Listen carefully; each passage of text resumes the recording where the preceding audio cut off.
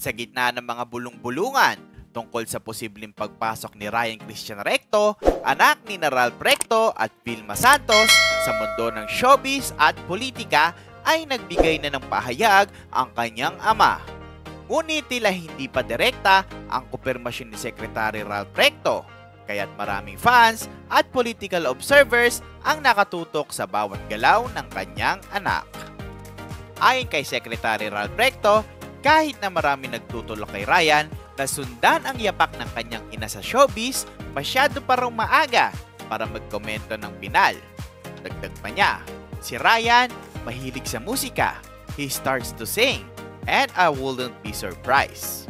May dugong showbiz nga naman ang binata dahil na rin sa kanyang ina, ang legendary na si Vilma Santos, na kilala bilang star for all seasons. Maliban sa entertainment industry, isa pang posibilidad ang pagpasok ni Ryan sa politika. Lalo na't madalas na siyang makita sa ilang mga aktibidad sa Batangas kasama ang mga kababayan nila doon.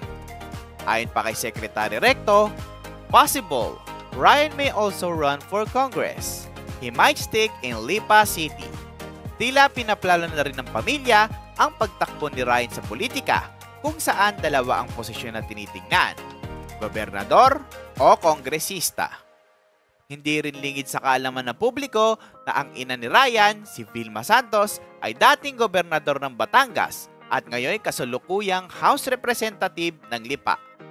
Mukhang may mas malakas na impluwensya ang pamilya sa larangan ng politika at maaaring sundan ni Ryan ang legacy ng kanyang mga magulang. Ang kilalang star for all seasons na ngayon ay mas aktibo sa public service kaysa sa showbiz ay nananatiling supportive sa kanyang anak anuman ang kanyang piliin.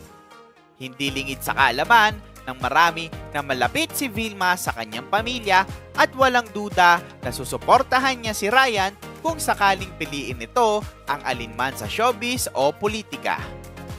Samantala, abalang-abala rin si Secretary Ralph Recto sa kanyang tungkulin bilang Department of Finance Secretary.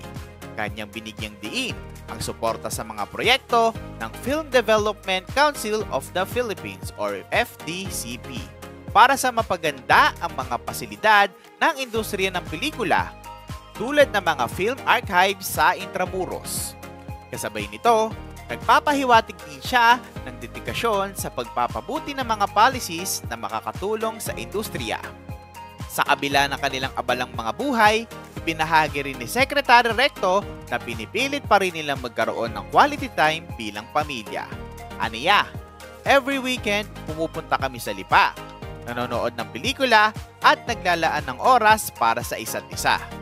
Nagbahagi rin siya ng upcoming travel plans ng kanilang pamilya kung saan balak nilang pumunta sa Estados Unidos upang magbakasyon.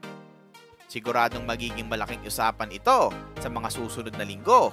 Abangan natin kung ano ang magiging formal na desisyon ni Ryan Christian Recto. Magiging showbiz star kaya siya tulad ng kanyang ina o susundan ang yapak ng kanyang ama sa politika? Ano sa tingin nyo?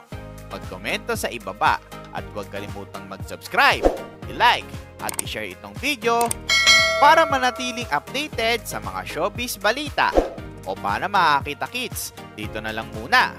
Kita-kits ulit sa next video dito sa Kita Kits Showbiz.